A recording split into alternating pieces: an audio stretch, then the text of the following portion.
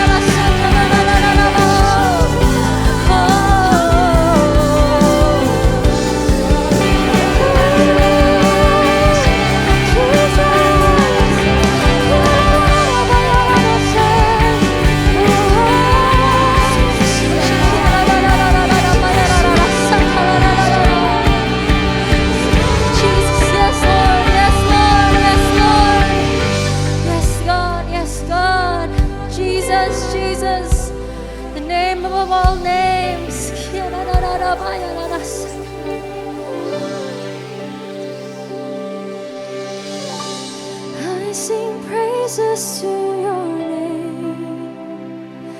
Oh Lord, praises to your name.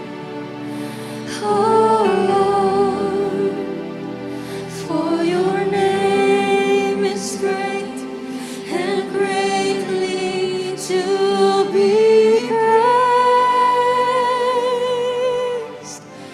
I sing praises to your name. Oh Lord, praises to your name.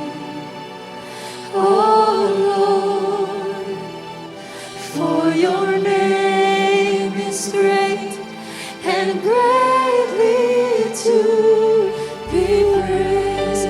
Oh, we give you all the praise. I sing praises to your name. Oh Lord, praises to your name. Oh Lord, for your name is great and greatly to be praised. Oh, I sing praises to your name. Oh Lord, praises to your name.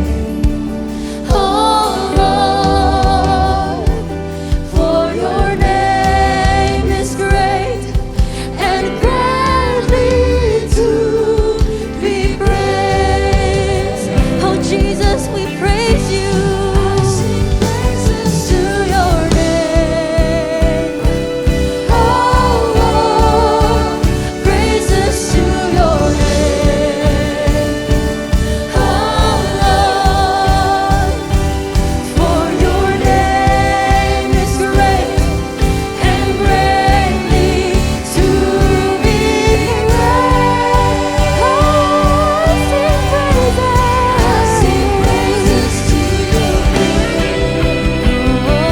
Oh Lord, praises to your name. Oh Lord, for your name is great and greatly to be praised. Oh Tuhan, kami sembah Engkau. Oh, I sing praises to your name. Oh Lord, praises to your name. Oh, we praise you, God. Oh Lord, for your name is great and greatly to be praised. I sing praises to your name. Oh Lord, praises to your name. Oh Lord, for your name is great and greatly to be praised. Oh, your name,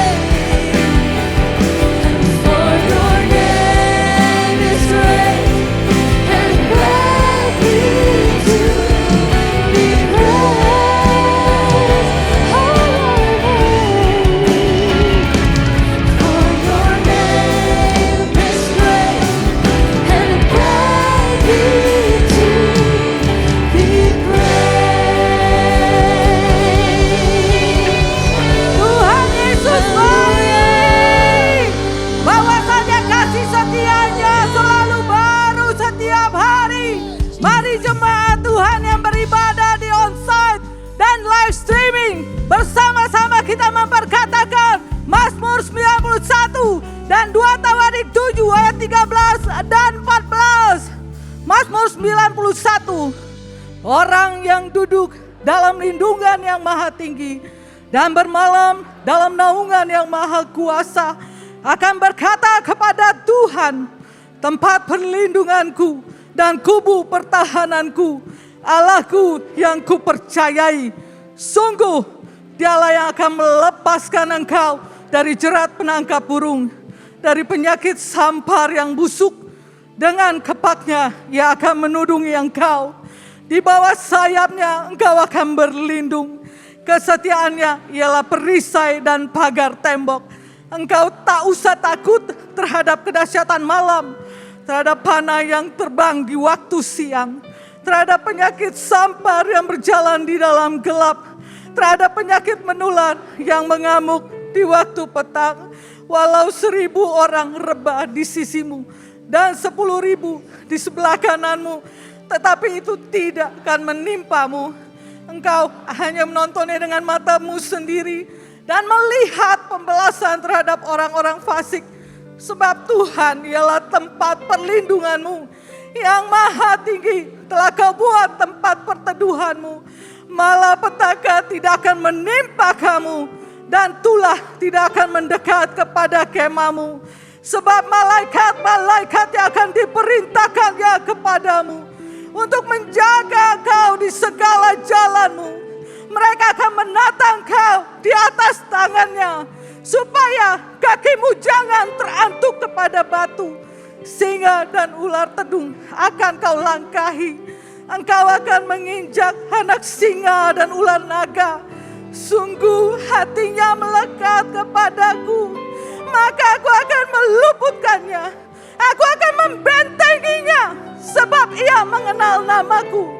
Bila ia berseru kepadaku, aku akan menjawab. Aku akan menyertai dia dalam kesesakan. Aku akan meluputkannya dan memuliakannya. Dengan panjang umur akan kukenyangkan dia, dan akan kuperlihatkan kepadanya keselamatan daripadaku. Amin. 2 Tawarik 7 ayat 13 dan 14. Bila mana aku menutup langit sehingga tidak ada hujan, dan bila mana aku menyuruh belalang memakan habis hasil bumi, dan bila mana aku melepaskan penyakit sampar di antara umatku, dan umatku yang atasnya namaku disebut merendahkan diri, berdoa dan mencari wajahku, lalu berbalik dari jalan-jalannya yang jahat, maka aku akan mendengar dari surga dan mengampuni dosa mereka, serta memulihkan negeri mereka. Ibadah ini kami serahkan dari awal sampai akhir di dalam nama Bapa, Anak dan Roh Kudus, di dalam nama satu yang hebat, Tuhan Yesus Kristus. Haleluya. Sorakan haleluya. Sorakan haleluya. Kami tahu saat kami berseru Tuhan mendengar setiap kami Tuhan. Di setiap kami nyatakan Tuhan, kami tidak takut bahaya sebab ada Tuhan bersama dengan kami Tuhan. Siap kami siap memuji besarkan namamu Tuhan. Yang siap bersorak umat-umat benar pemenang sama-sama katakan amin. Berikan tepuk tangan yang terbaik bagi Tuhan saudara. Sekali lagi tepuk tangan yang terbaik bagi Tuhan saudara. Saudara siap memuji Tuhan amin. Lihat kanan kirimu, kasih lambaikan tangan saja, katakan kita semua umat yang lebih dari pemenang amin. Yang siap katakan haleluya.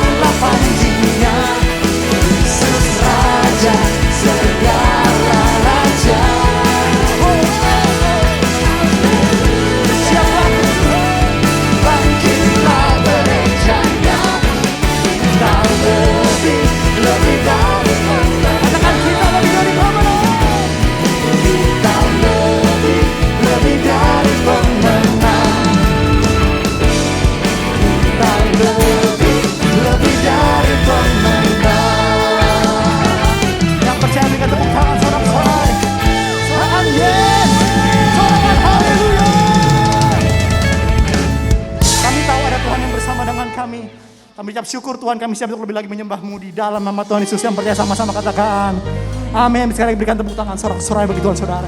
Silakan duduk saudara semua.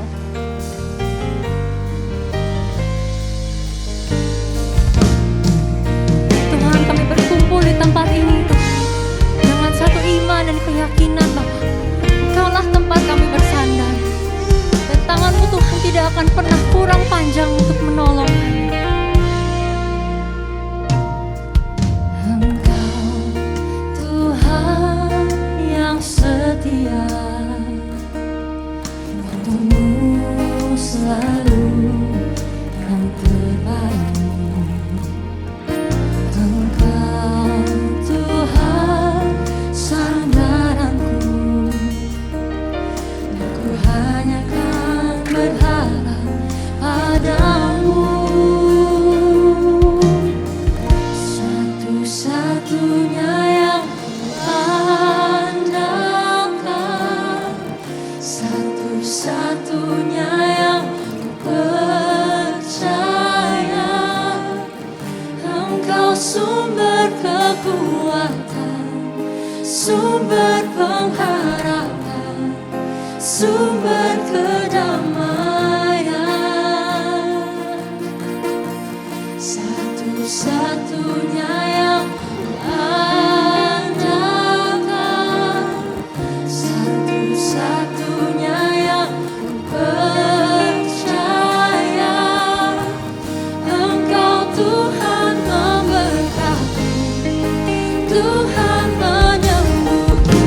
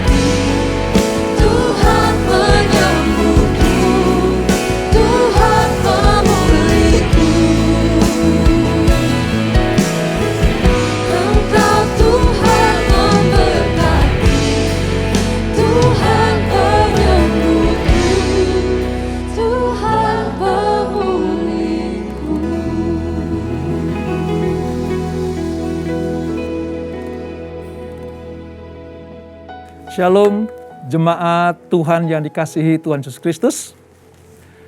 Sebelum kita mendengarkan kebenaran firman Tuhan, mari kita bersatu dalam doa, supaya apa yang difirmankan Tuhan nanti betul-betul bukan hanya sekedar kita terima sebagai kabar baik, tapi kita bisa mengalami hal-hal yang luar biasa yang Tuhan mau kita alami. Kita bersatu dalam doa. Bapa di surga, terima kasih untuk anugerah-Mu. Hari ini kami beribadah kepada Tuhan. Walaupun secara online, tapi kami tetap merasakan hadirat-Mu. Kami merasakan anugerah dan rahmat-Mu. Kami merasakan perlindungan Tuhan. Kami merasakan pembelaan Tuhan.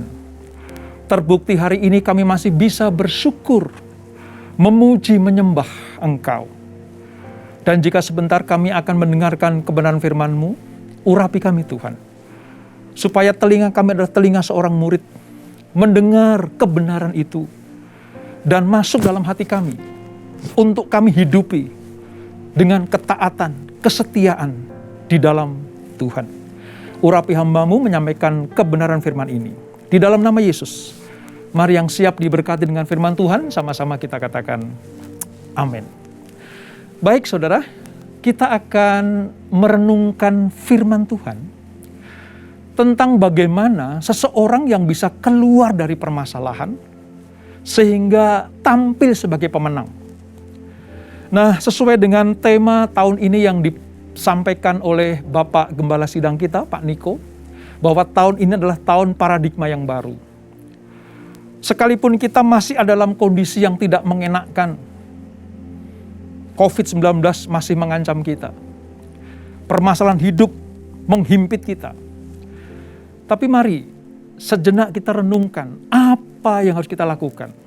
Saudara, untuk menjadi seorang pemenang, Tuhan memberikan sebuah arahan lewat firman-Nya. Bagaimana di dalam firman Allah ini banyak sekali tokoh-tokoh Alkitab yang sekalipun menghadapi berbagai macam tantangan persoalan hidup, menghadapi situasi yang tidak mengenakan, sama seperti kita saat ini. Bagaimana kondisi COVID-19 yang belum reda. Bahkan ada muncul varian-varian yang baru. Tuhan minta kita belajar dari para tokoh Alkitab ini. Bagaimana mereka tampil sebagai pemenang. Nah, oleh sebab itu, hari ini saya ambil satu tema buat kita semuanya.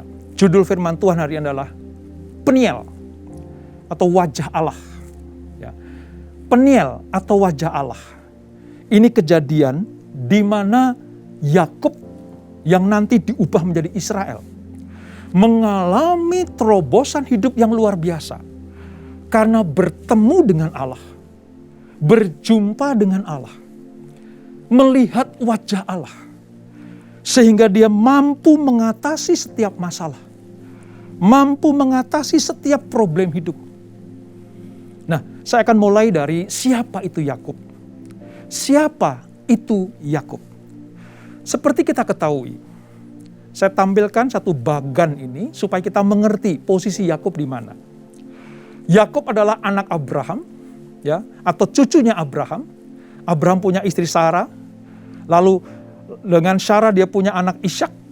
Ishak memiliki istri namanya Ribka. Nah, Ishak dengan Ribka ini memiliki dua anak laki-laki. Yang pertama adalah Esau dan yang kedua adalah Yakub.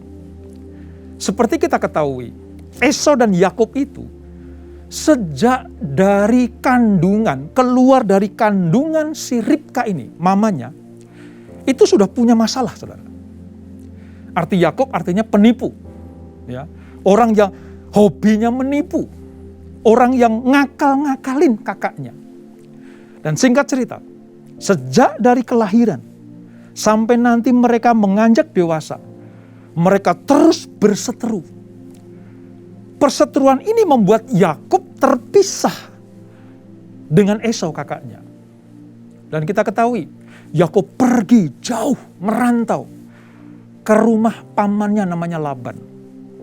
Dan ketika mereka berpisah secara jarak yang jauh sekali, lalu Yakub memiliki istri dan nanti ada gundik-gundiknya. Sementara Esau juga beranak pinak. Tuhan berbicara langsung kepada Yakub. Cukup bagimu hidup di rumah Laban. Engkau sudah mendapatkan ternak yang banyak. Engkau sudah mendapatkan istri, anak-anak. Sekarang engkau harus keluar dari rumah Laban untuk bertemu dengan kakakmu Esau. Di sini masalah bagi Yakub muncul. Kenapa, saudara? Sesungguhnya Yakub ini takut sekali bertemu dengan Esau. Ingat, setelah Yakub menipu atau mengakali kakaknya dengan menukar hak kesulungan, ditukar dengan semangkok kacang merah, Yakub harus lari dari Esau. Sejak saat itu, ketakutan melanda diri Yakub setiap kali membayangkan kakaknya Esau ini. Ketakutan selalu menghinggapi Yakub. Setiap kali dengar kata Esau, setiap kali membayangkan kakaknya ini. Saudara tahu, ketakutan Yakub ini dibawa sampai pada peristiwa di mana Tuhan memerintahkan Yakub untuk ketemu dengan kakaknya ini. Apa yang terjadi, saudara? Yakub taat. Yakub ikuti kata Tuhan. Keluar dari rumah Laban, dia siap ketemu dengan Esau. Tapi apa yang terjadi, saudara? Saudara kalau baca dari kitab Kejadian pasal 32, di situ disebutkan Yakub takut bertemu dengan Esau. Ketakutan inilah yang membuat Yakub itu gentar. Orang kalau takut, saudara, menghadapi apapun itu enak. Orang kalau gentar, takut, menghadapi apapun tidak enak. Mungkin susah tidur, makan gak enak, ya, menjalani hidup ini rasanya ada sesuatu yang kurang begitu. Tapi Tuhan mau mengubah hati Yakub supaya lewat paradigma yang baru, supaya lewat tuntunan Tuhan, Yakub berdamai dengan Esau, sebab nanti Yakub dipersiapkan untuk menjadi bapak bangsa bagi Israel. Nah, mari kita lihat, saudara. Kehidupan Esau dan Yakub itu tidak pernah berdamai. Tapi oleh karena anugerah Allah, Yakub bisa berdamai dengan Esau. Ceritanya begini. Ketika tiba saatnya Yakub mau ketemu dengan kakaknya Esau di kota Mahanaim itu, malaikat Allah banyak sekali menjumpai Yakub. Dan Yakub bersukacita. Kenapa? Ini tanda bahwa Allah akan menyertai aku. Ini tanda bahwa Tuhan akan membela aku. Tuhan akan memberikan sejahtera kepadaku. Sebab malaikat banyak sekali datang kepada Yakub untuk memberikan kekuatan, support dan semangat. Itu di kota Mahanaim. Namun, langkah berikutnya, Yakub mengutus utusan-utusannya untuk terlebih dahulu menjumpai Esau. Yakub ngeri, saudara. Yakub takut sekali dengan kakaknya ini. Sama seperti kita sekarang ini, takut menghadapi masalah, takut menghadapi pandemi, takut menghadapi ekonomi yang tidak menentu seperti ini. Ya, posisinya seperti itu. Lalu Yakub punya strategi. Diutuslah utusan-utusan untuk bertemu dengan Esau, kakaknya. Pulang dari bertemu dengan Esau, kasih laporan. Wah, kakakmu sedang menuju ke sini juga. Dengan membawa pasukan-pasukan yang tidak sedikit. Makin kacaulah pikiran Yakub. Makin takutlah Yakub. Sehingga dia punya strategi. Dia seberangkan dulu istri dan anak-anaknya. Dia seberangkan dulu harta-hartanya. Lembu, kambing, sapi. Dia seberangkan dulu. Lalu dia berikhtiar untuk apa? Mencari wajah Tuhan. Nah, saudara tahu, saya tampilkan peta ini. Peniel. Di tempat Peniel inilah Yakub menamai tempat itu Peniel. Sebab katanya, aku telah melihat Allah berhadapan muka, tetapi nyawaku tertolong. Jadi singkatnya, di Peniel ini Yakub berdiam diri di tepi sungai Yabok. Semua keluarganya sudah menyeberang. Semua pegawainya, pasukannya sudah menyeberang, termasuk harta bendanya. Di seberang sisi sini, Yakub sendirian. Dan disitulah dia ketemu dengan satu laki-laki, dalam firman Tuhan dikatakan. Satu laki-laki. Di mana itu adalah malaikat Tuhan, bisa bicara dengan Tuhan juga. Nah, Yakub menamai itu Peniel. Artinya, aku melihat Allah. Aku melihat Allah. Saya lanjutkan dulu ya. Apa arti kata Peniel, saudara? Peniel adalah nama satu tempat yang diberikan Yakub setelah ia bergulat dengan Allah. Nama tersebut artinya wajah Allah. Jadi sekali lagi ya, Peniel artinya wajah Allah. Lokasi Peniel ini di daerah dekat penyeberangan sungai Yabok.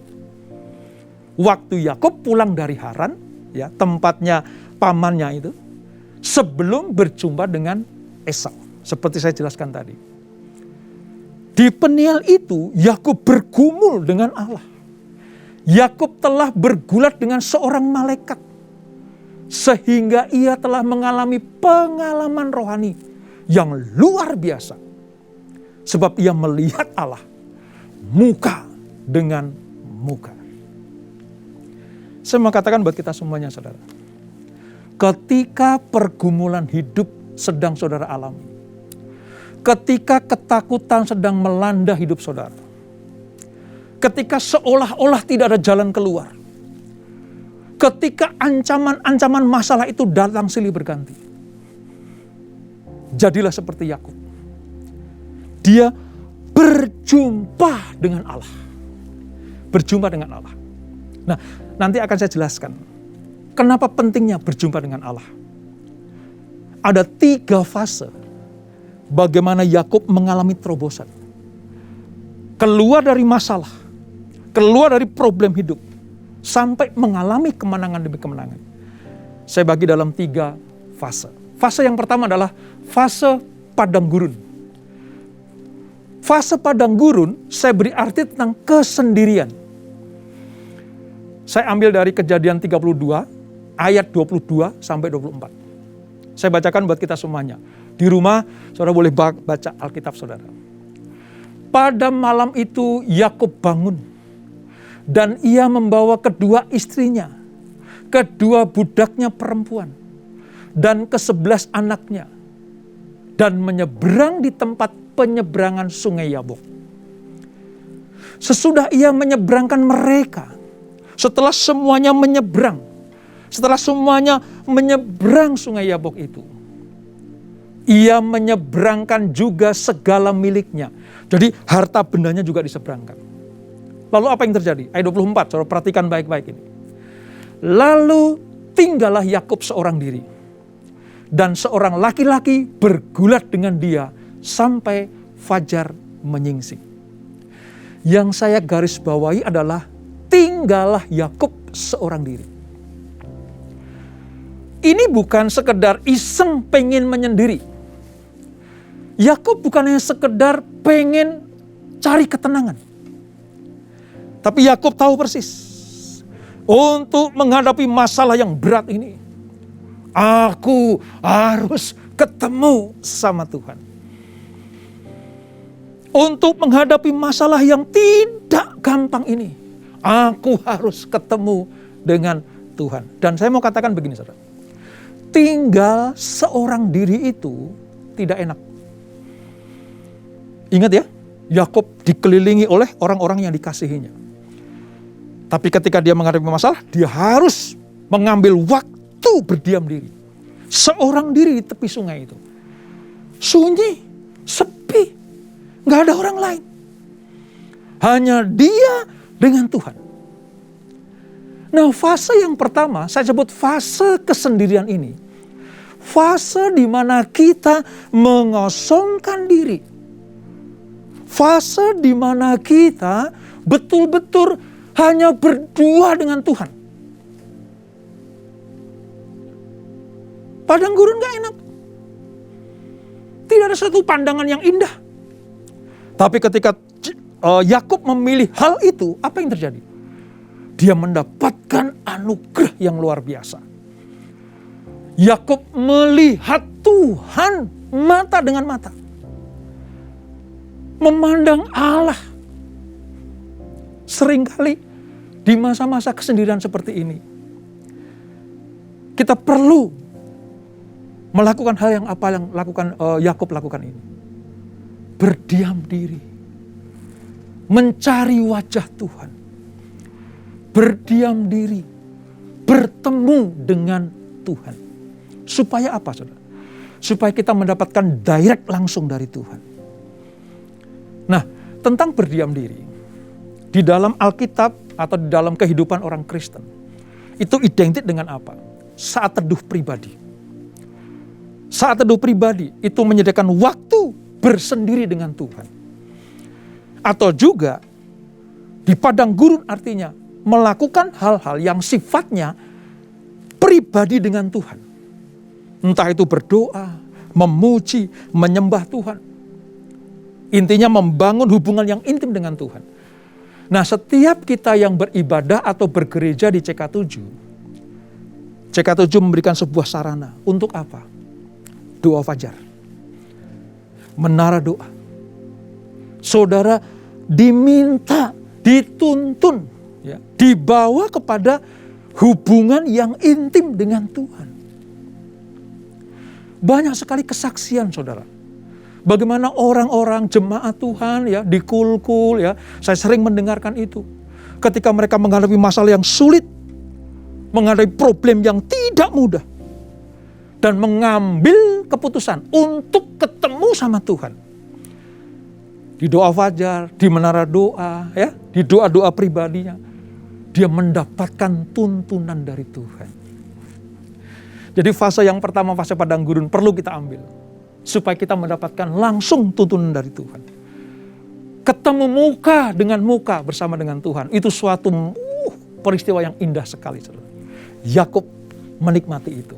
Di dalam kesendiriannya, dia bertemu dengan Tuhan. Fase yang kedua, setelah fase padang gurun. Fase yang kedua adalah Yakub dihancurkan untuk diperbaharui. Kata dihancurkan di sini artinya kehidupan lama Yakub ya, itu akan diubah menjadi kehidupan yang baru. Saya beri penegasan tentang menjalani proses. Setelah ketemu dengan Tuhan, mata dengan mata, ya, menjadi dengan Tuhan, Tuhan izinkan, Tuhan mau Yakub dibentuk menjadi pribadi yang baru. Kejadian 32 ayat 25 dan 28. Demikian firman Tuhan. Ketika orang itu melihat bahwa ia tidak dapat mengalahkannya. Orang itu adalah menunjuk kepada malaikat atau teofani dari Tuhan itu. Bahwa ia tidak dapat mengalahkannya. Ia memukul sendi pangkal paha Yakub. Sehingga sendi pangkal paha itu terpelecok ketika ia bergulat dengan orang itu. Selanjutnya ayat 28 dikatakan, lalu kata orang itu, namamu tidak akan disebut lagi Yakub, tetapi Israel. Sebab engkau telah bergumul melawan Allah dan manusia, dan engkau menang. Saudara, banyak sekali hal-hal yang sifatnya kurang dimengerti oleh beberapa jemaat. Oleh sebab itu saya jelaskan di sini, saudara. Yakub mau diubah menjadi pribadi yang baru, mau tidak mau Tuhan harus proses dia. Dari barang lama menjadi barang yang baru itu harus diproses. Gimana caranya? Diubah. Kalau perlu dihancurkan. Bukan dihancurkan untuk dibuang, tapi dihancurkan untuk direcreate kembali. Dibentuk ulang kembali menjadi pribadi yang baru. Nah, saudara tahu gimana caranya? Dulu Yakub kalau menghadapi masalah pakai pikirannya sendiri. Dulu Yakub kalau mengatasi masalah selalu pakai jalan pikirannya sendiri. Mungkin karena punya pengalaman, punya kuasa. Kalau zaman sekarang mungkin punya titel, punya gelar. Ya. Itu nggak salah. Tapi Tuhan mau sekarang dengan paradigma yang baru ini, kamu tidak bisa mengandalkan pikiranmu sendiri, mengandalkan akalmu sendiri. Oleh sebab itu apa, saudara? Sekalipun dikatakan Yakub menang dalam bergumul itu, tetapi malaikat Tuhan atau Tuhan itu menampar, ya, memukul pangkal paha Yakub sehingga terpelecok. Saudara, pangkal paha itu kekuatan untuk berjalan. Pangkal paha itu adalah kemampuan atau power manusia untuk melangkah ke depan, untuk bermanuver. Tapi kalau bermasalah dengan pangkal paha, apa yang terjadi? Pincang, saudara. Tidak sempurna. Tidak sempurna. Itu tandanya apa, saudara? Tandanya Tuhan memperingatkan bahwa Yakub tidak boleh lagi hidup dalam kekuatannya sendiri. Tetapi harus bersandar sepenuhnya kepada Allah. Dan hidup dalam ketergantungan kepadanya.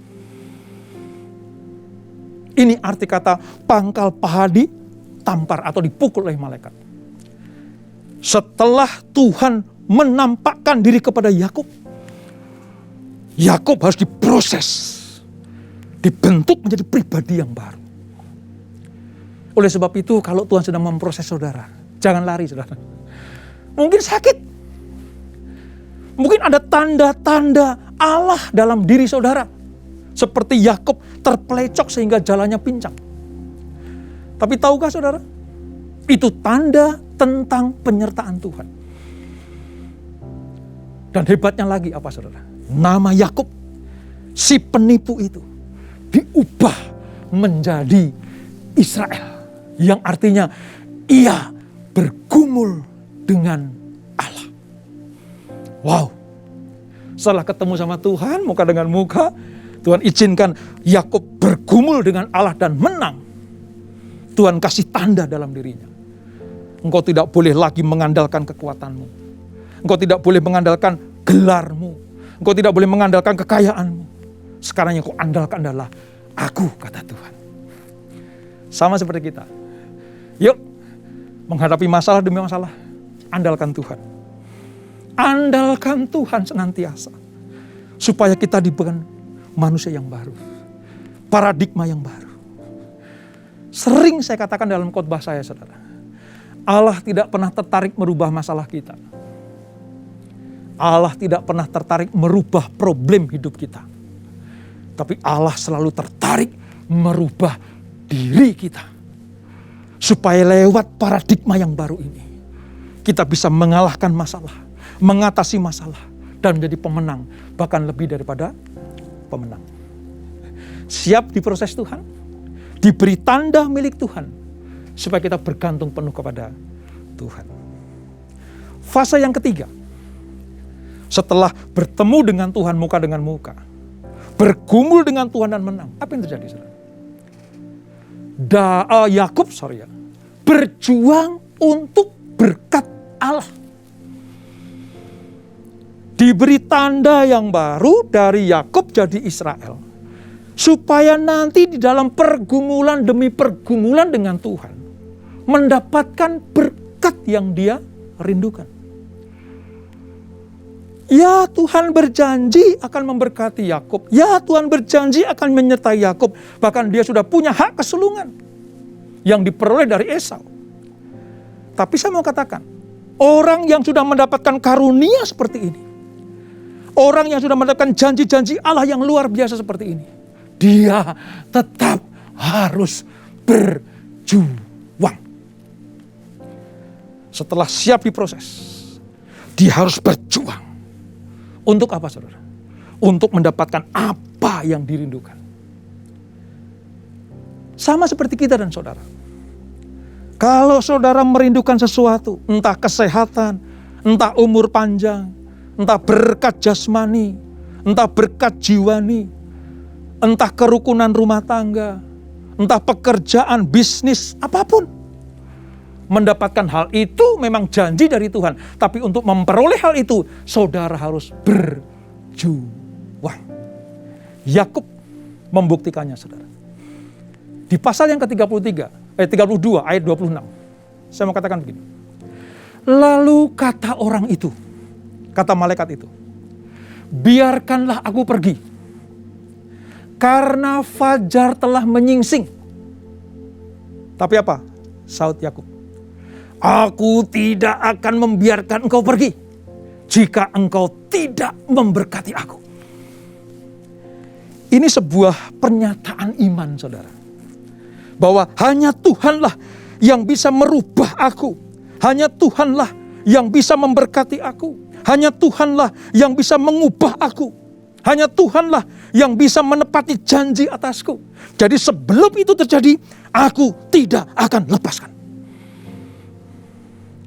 Sepertinya Yakub mengalahkan malaikat itu. Sepertinya Yakub bisa mengalahkan orang itu. Tapi ada satu pernyataan firman Tuhan dalam kitab yang lain, saudara. Saya akan tampilkan ini, saudara. Dalam Hosea 12 ayat 5. Banyak orang berkata bahwa Yakub menang. Yakub mengalahkan malaikat. Yakub mengalahkan Tuhan. Tapi lihat di Hosea 12 ayat 5. Ini pembuktian bahwa Yakub memang manusia biasa. Diizinkan menang lewat apa, saudara? Lihat nih. Ia bergumul dengan malaikat. Yakub bergumul dengan malaikat dan menang. Menang dalam arti apa, saudara? Memperoleh jawaban Tuhan. Memperoleh penggenapan janji Tuhan. Yakub memperolehnya dengan menangis dan memohon belas kasihan kepada Tuhan. Ketika saya baca ayat ini, saudara, saya baru ngeh dan ngerti. Kata kemenangan Yakub itu diperoleh dengan tangisan, dengan penderitaan, dengan kesendiriannya bersama dengan Tuhan. Dia bukannya sekedar berdoa, tapi dia memohon belas kasihan. Tuhan, kalau engkau tidak berkati aku gak akan lepaskan engkau. Tuhan, kalau penderitaanku ini belum selesai, aku tetap akan bergumul bersama dengan engkau. Tuhan, kalau janjimu belum engkau genapi, sampai dengan engkau genapi aku bergumul. Wow, saudara. Yakub adalah orang yang luar biasa. Diubah jadi Israel karena dia bergumul bersama dengan Allah. Sementara Yakub mati-matian bergumul dengan Allah untuk memperoleh berkat yang dijanjikan, Allah mengizinkan ia menang. Kata Allah mengizinkan artinya Allah yang punya kuasa, otoritas. Kemenangan Yakub adalah hasil dari perjuangan dan ratap tangis serta tidak pernah menyerah. Saudara, manusia jenis inilah yang dicari Tuhan di akhir-akhir zaman ini. Orang yang mengandalkan Tuhan karena intim dengan Tuhan. Orang yang menemukan Tuhan karena bertatap muka dengannya. Di proses hidupnya, dia tidak pernah menyerah dalam pergumulan. Dan kemenangan menjadi hak miliknya. Wow, luar biasa, saudara. Nah, apa hasilnya perjumpaan Yakub dengan Tuhan? Apa hasilnya nama Yakub diubah jadi Israel? Apa hasilnya ketika Yakub menang atas proses hidup itu? Lihat, saudara, saya kasih 5.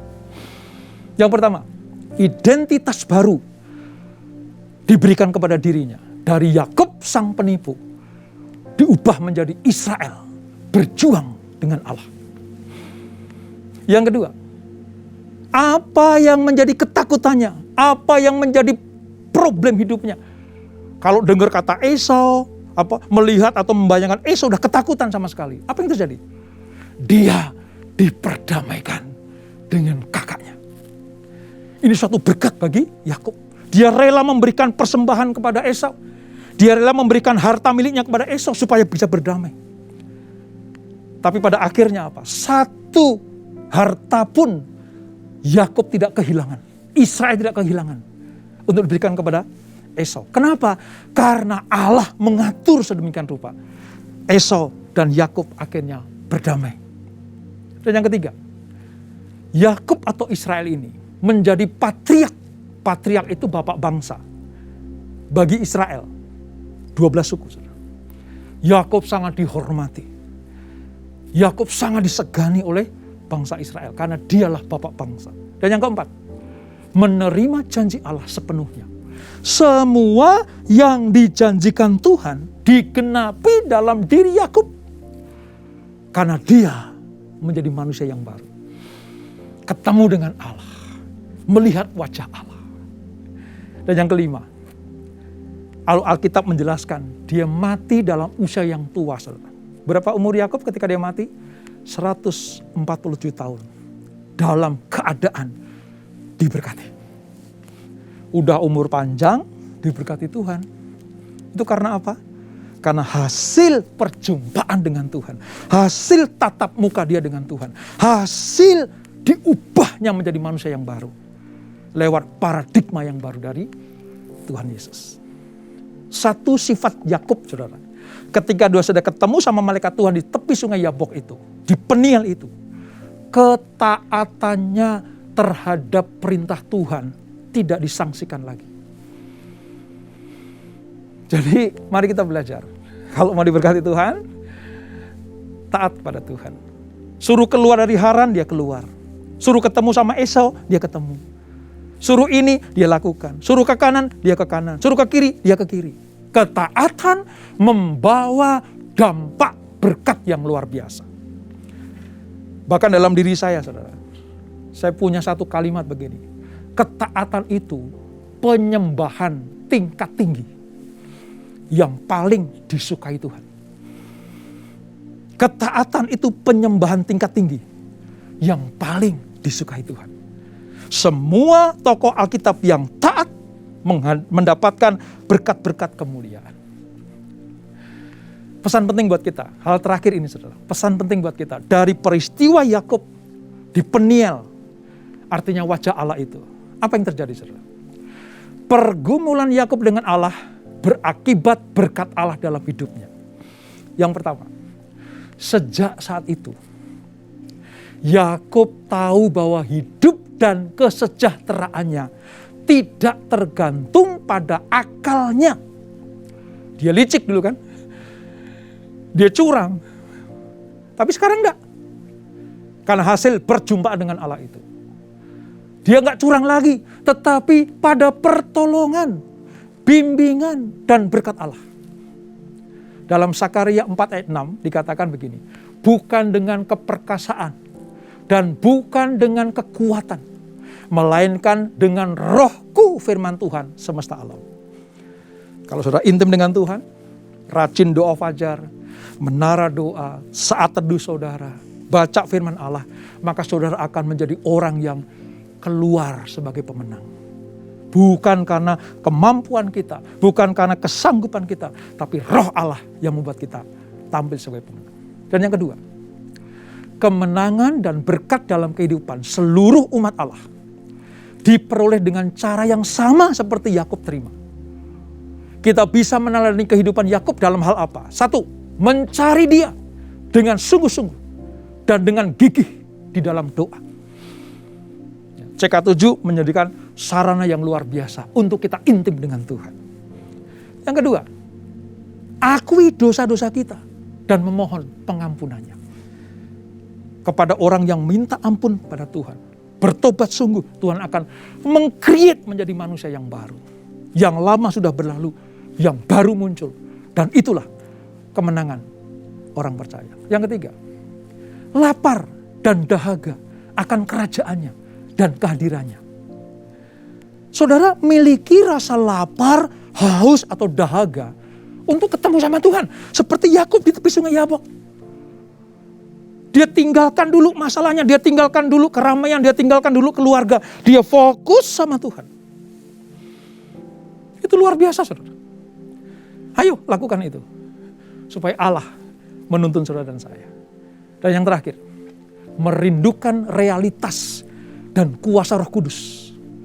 Dengan cara apa? Mengejar hidup beriman yang sejati kepada Allah dalam kebenaran. Saya percaya kalau Yakub sanggup ditolong Tuhan, Yakub manusia biasa, saudara dan saya juga manusia biasa. Kalau Tuhan sanggup menolong Yakub keluar dari masalah, Tuhan yang sama sanggup menolong saudara dan saya. Oleh sebab itu, lakukan firman Tuhan. Setialah kepadanya. Taat akan firman-Nya. Cari wajah Tuhan. Rindukan ketemu dengan Tuhan. Maka saudara akan dipulihkan. Inilah keuntungan kita melihat wajah Tuhan. Hasil dari keintiman kita dengan Tuhan.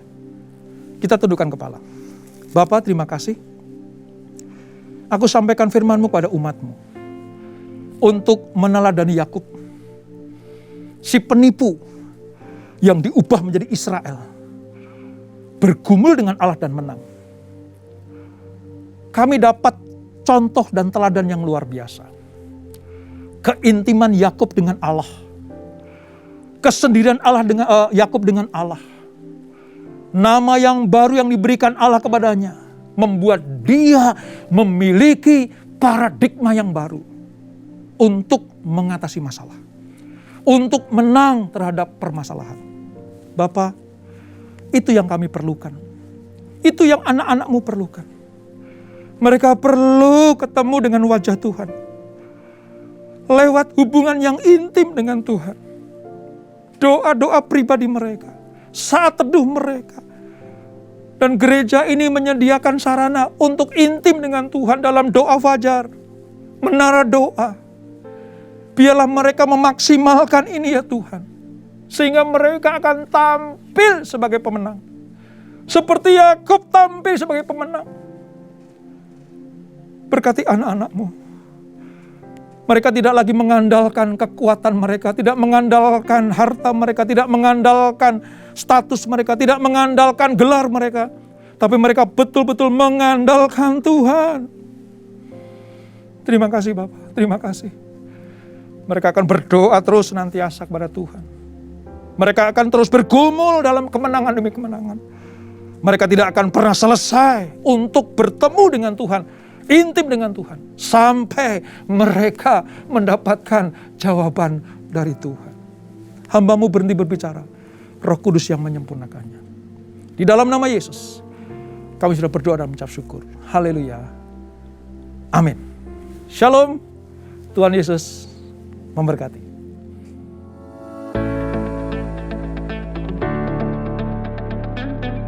Shalom, Gembala dan seluruh pengerja CK7 serta jemaat Tuhan mengucapkan terima kasih kepada Bapak Pendeta Robertus Purwadi SESPD yang telah memberkati kita semua melalui penyampaian pesan firman Tuhan pada hari ini. Tuhan Yesus memberkati Bapak dan keluarga berlimpah-limpah. Amin. Untuk rangkuman dan slide khotbah dapat dilihat di apps GBI PRJ Group CK7 dengan modul Sermon Summary Ibadah Raya. Berikut kami sampaikan beberapa pengumuman. Ibadah Raya via live streaming pada hari Minggu tanggal 6 Maret 2022 pada pukul 7, 9, 11.30, 14 dan 16.30 waktu Indonesia Barat akan dilayani oleh Ibu Evangelis Indri Pardede, disertai dengan perjamuan kudus yang dipimpin oleh Gembala CK7, Bapak Pendeta Dr. Yanto Simkoputra MD PhD. Ibadah raya tersebut akan disertai dengan ibadah secara online lainnya mulai pukul 7 waktu Indonesia Barat untuk ibadah Mandarin Service, ibadah dewasa muda atau Young Adult, ibadah Youth dan Junior Bahasa Indonesia, ibadah anak Bahasa Inggris dan Bahasa Indonesia, serta ibadah anak berkebutuhan khusus di channel YouTube GBI PRJ CK7. 316 Youth Ministry English Service pada hari Sabtu 5 Maret 2022 pada pukul 16 waktu Indonesia Barat akan dilayani oleh Pastor Joan Lesmana. 316 Youth Ministry diperuntukkan bagi anak muda dari usia 12 sampai dengan 24 tahun. Mari kami mengundang anak-anak muda untuk bergabung mengikuti online service tersebut di YouTube channel GBI PRJ CK7. Untuk persembahan umum atau kolekte, perpuluhan jemaat, ucapan syukur dan lain-lain dapat dilakukan melalui e-banking, mobile banking, ATM maupun online di website rekening persembahan CK7 BCA cabang Tamrin dengan nomor akaun 206 333 8 222 atas nama GBI PRJ. Sesuai firman Tuhan dalam Amsal 3 ayat 9 mengatakan, muliakanlah Tuhan dengan hartamu dan dengan hasil pertama dari segala penghasilanmu. Maka lumuk-lumukmu akan diisi penuh sampai melimpah-limpah dan bejana pemerahanmu akan meluap dengan air buah anggurnya. Dan sesuai pesan dari Gembala Sidang untuk kita menaati firman Tuhan tersebut, maka sebagai gereja yang sepenuhnya mengikuti firman Tuhan, mari kita membawa persembahan buah sulung kita dengan penuh sukacita dan ucapan syukur. Jika kita taat melakukannya, maka Tuhan akan mencukupkan setiap apa yang kita butuhkan.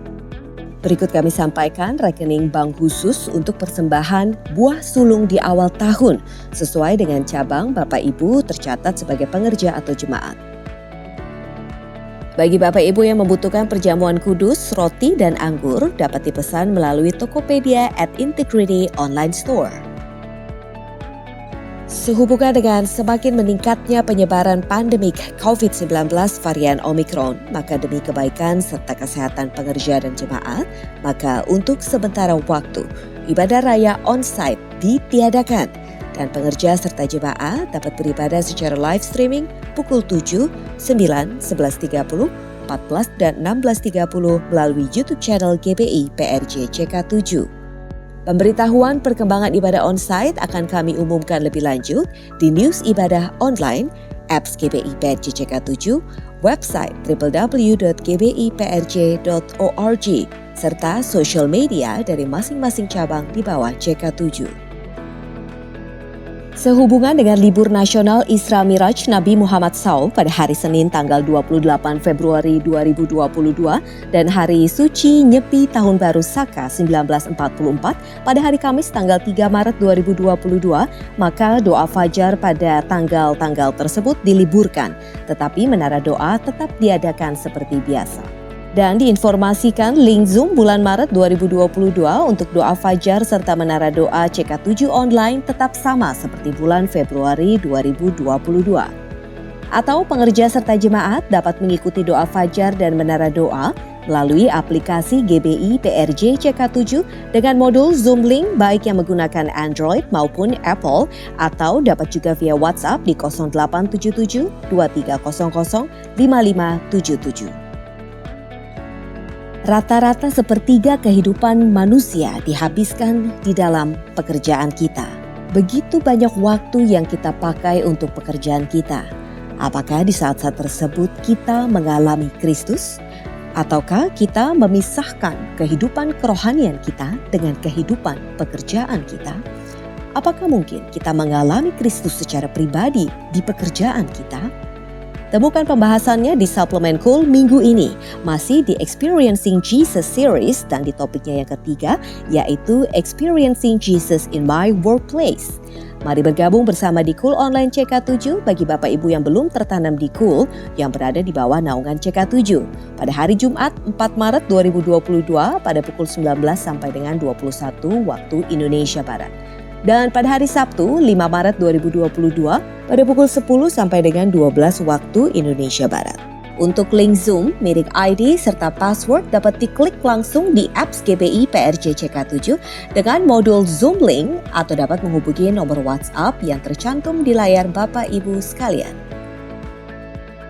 Unit pelayanan Jemaat CK7 kembali akan mengadakan penyerahan anak CK7 secara online via Zoom. Pendaftaran dibuka mulai hari Minggu 27 Februari 2022 pada pukul 21 waktu Indonesia Barat. Pelaksanaan penyerahan anak diadakan pada hari Sabtu 19 Maret 2022 pada pukul 10 waktu Indonesia Barat. Bagi Bapak Ibu yang akan melakukan penyerahan anak, harap dapat segera mendaftarkan diri secara online melalui www.kbiprj.org.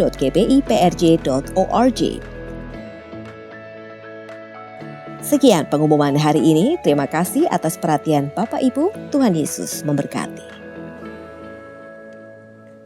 Mari jemaat yang beribadah lewat live streaming, sebelum kita berdoa syafaat, kita memperkatakan bersama-sama arti Pentakosta yang ketiga.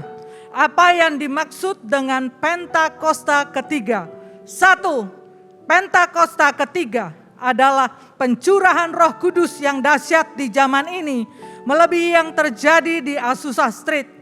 2. Pentakosta ketiga akan mengakibatkan penuaian jiwa yang terbesar dan yang terakhir sebelum Tuhan Yesus datang kembali. 3. Pentakosta ketiga akan membangkitkan generasi Yeremia, yaitu anak-anak muda yang dipenuhi Roh Kudus, cinta mati-matian kepada Tuhan Yesus, dan tidak kompromi terhadap dosa dan akan bergerak untuk memenangkan jiwa. 4. Pentakosta ketiga lahir di Indonesia dan bergerak ke bangsa-bangsa. Gerakan ini dari timur ke barat dan akan kembali ke Yerusalem. 5. Pentakosta ketiga akan memberikan kuasa untuk menyelesaikan amanat agung, dan setelah itu Tuhan Yesus datang kembali. Mari kita berdoa untuk bangsa Indonesia. Shalom Indonesia.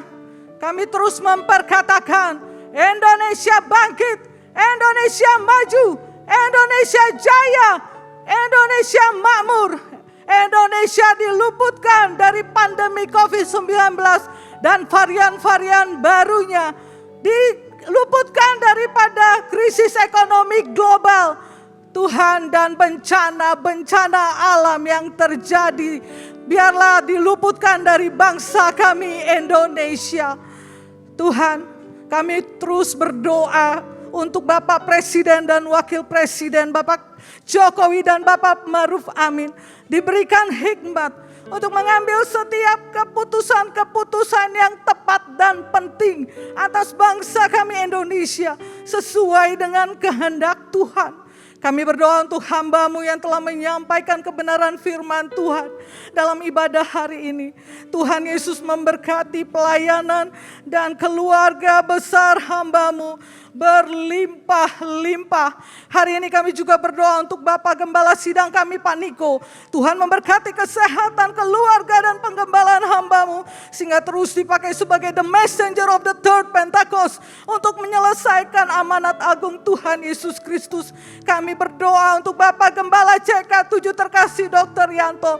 Tuhan memberkati kesehatan keluarganya, Ibu Olivia, anak-anak mantu dan cucu-cucu diberkati Tuhan. Tuhanlah yang menjadi perisai dan penolong atas hamba-Mu dan seluruh keluarganya.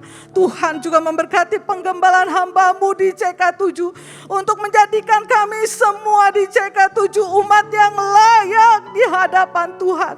Juga berdoa untuk bangkitnya generasi Yeremia di CK7. Tuhan pakai dengan dahsyat. Hari ini kami berdoa bagi jemaat yang sedang sakit oleh bilut-bilut darah. Tuhan Yesus sembuh dan pulih. Yang berbeban berat, Tuhan berikan kelegaan. Yang membutuhkan jawaban, Tuhan telah berikan. Setiap umat Tuhan diluputkan dari sakit, penyakit, virus corona dan varian-varian barunya, serta krisis ekonomi di dalam nama Tuhan Yesus Kristus. Dan mari kita mengangkat tangan kita untuk menerima berkat Tuhan melalui hamba-Nya.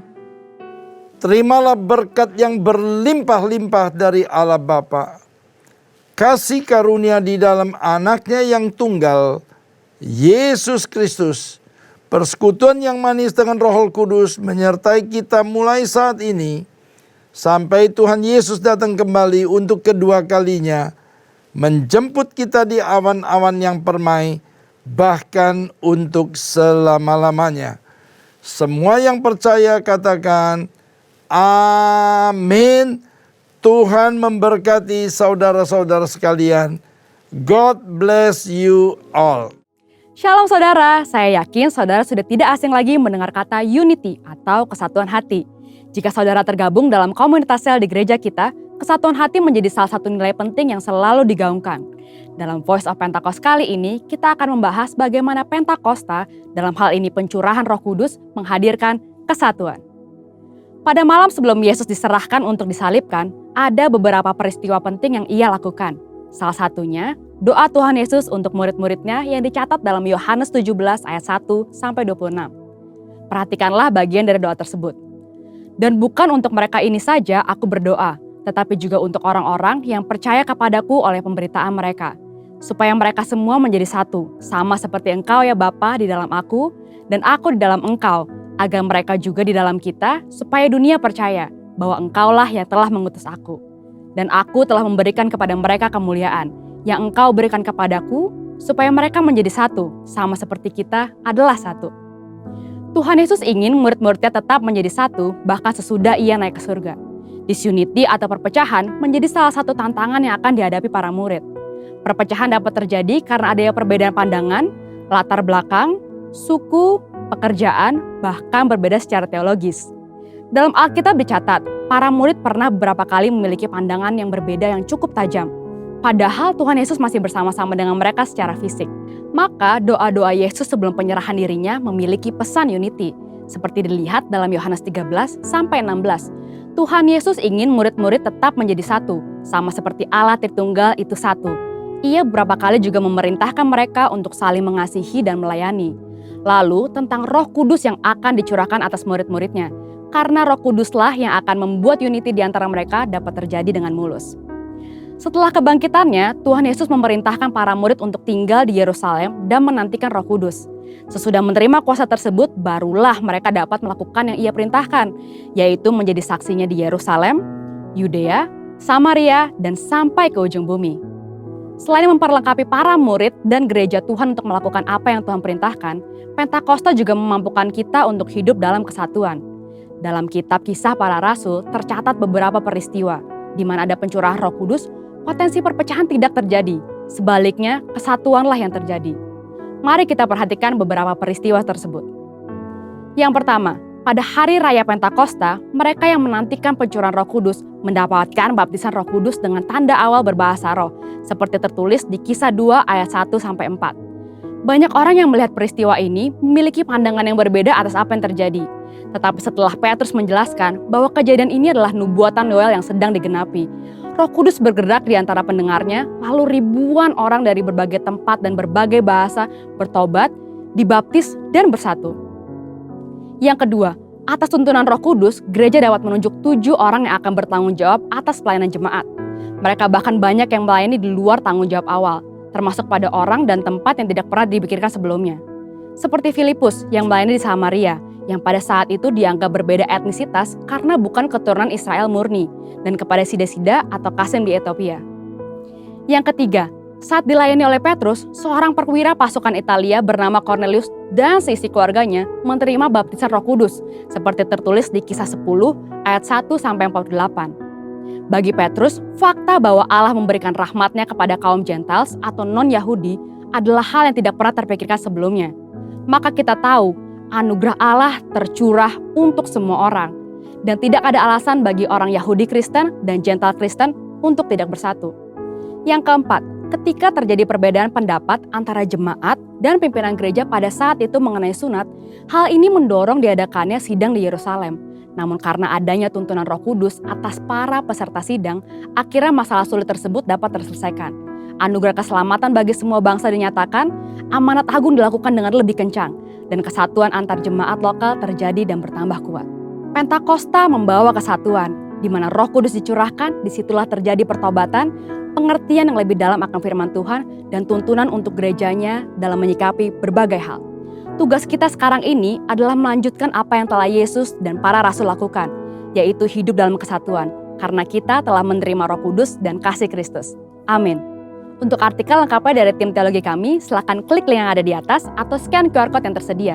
Tuhan Yesus memberkati.